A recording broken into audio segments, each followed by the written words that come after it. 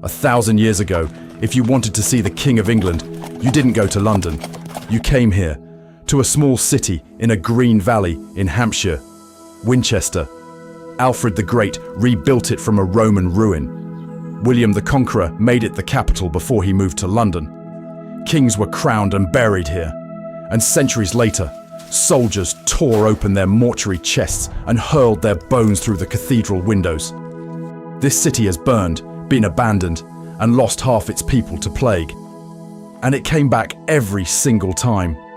For centuries, we could only picture these moments through old engravings and faded paintings.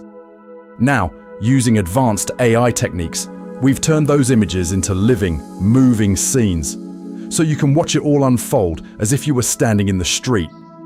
By the end of this video, you'll know how a quiet market town became the birthplace of England, why its greatest king has no grave, and why one man spent 5 years underwater to stop it all from collapsing. Let's start at the beginning. It begins on a hill.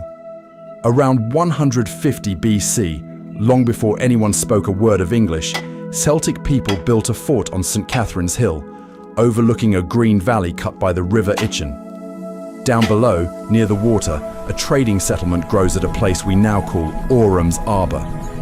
These are the Belgae, farmers, traders, metal workers, and this valley is their home for the next 200 years. Life here is hard and short, but the location is perfect. Fresh water, fertile land, and a river crossing everyone in the region needs. Whoever holds this valley holds the trade, and that simple fact shapes everything that follows. In 43 AD, Roman legions land in Kent and begin marching across southern Britain. Some tribes fight and are crushed, but the evidence suggests the Belgae may simply have let the Romans in. Their old hill fort had already fallen into disrepair, and the Romans didn't even bother building a military fort here. They clearly weren't worried. Instead, around 70 AD, they built a town. They call it Venta Belgarum, the marketplace of the Belgae, and it grows into something impressive. Streets in a neat grid, a forum lined with shops, public baths, temples. Wealthy families live in houses with glass windows and mosaic floors, while the poor live in wooden huts and do the labor that keeps it all running.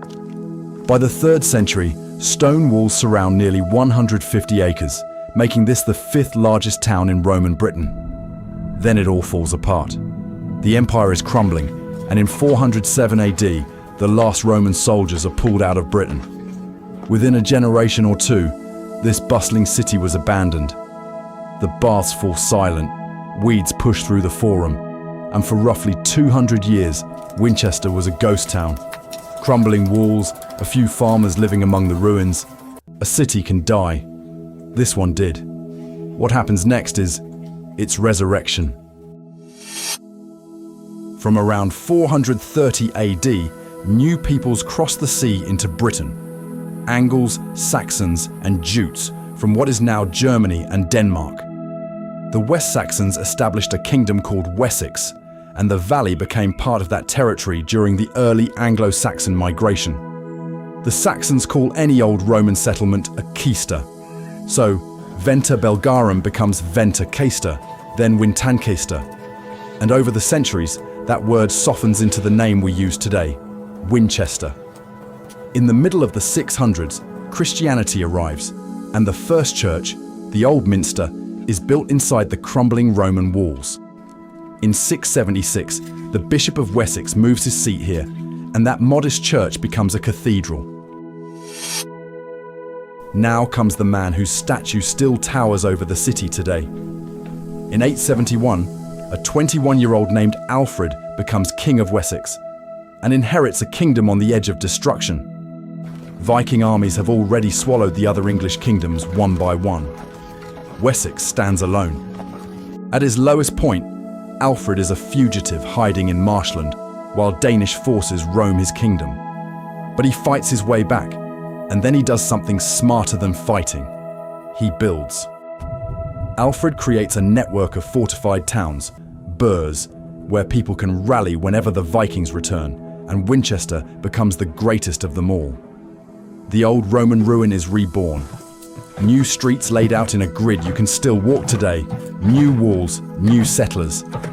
And as Alfred's descendants push back the Danes and unite the country, Winchester becomes, in effect, the capital of a brand new thing called England.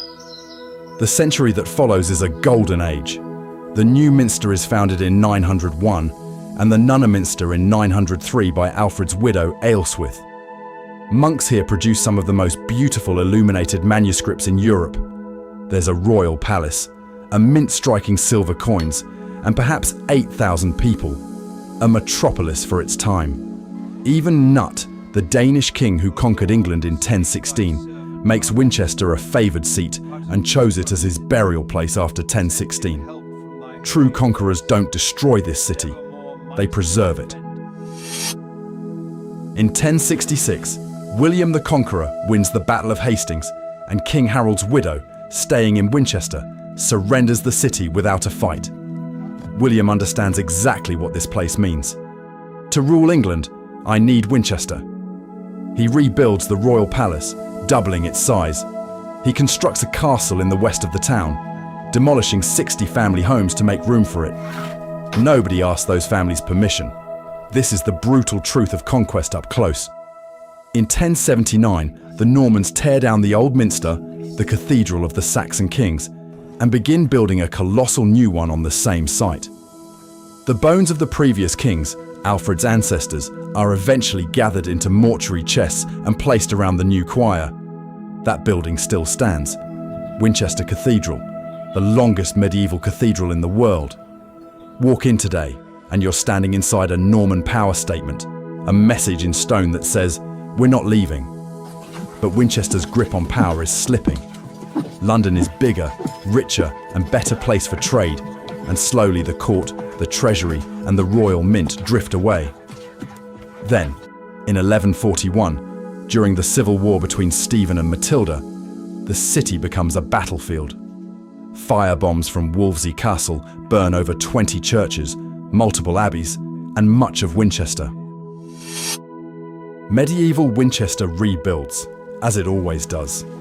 It becomes rich on the wool trade, powered by watermills and busy dyers. The city hosts the massive St. Giles Fair every August and builds a grand great hall at the castle in the 1230s, which still houses the famous 13th century Arthurian Round Table. But there's a darker thread here. Winchester held a major medieval Jewish community, notably featuring the wealthy financier Lycurcia. She survived the 1265 anti-Jewish massacre during the Barons' War, but was murdered in her home in 1277 with no one punished. England completely expelled its Jewish population in 1290, and Winchester finally honoured Lycurcia with a statue in 2022. An acknowledgement, 7 centuries late. Then comes the catastrophe no one can stop. In 1348, the Black Death reaches Winchester. Within about a year, half of the population is dead. Imagine every second person you know, gone in months. The plague returns in 1361, and again for 300 years.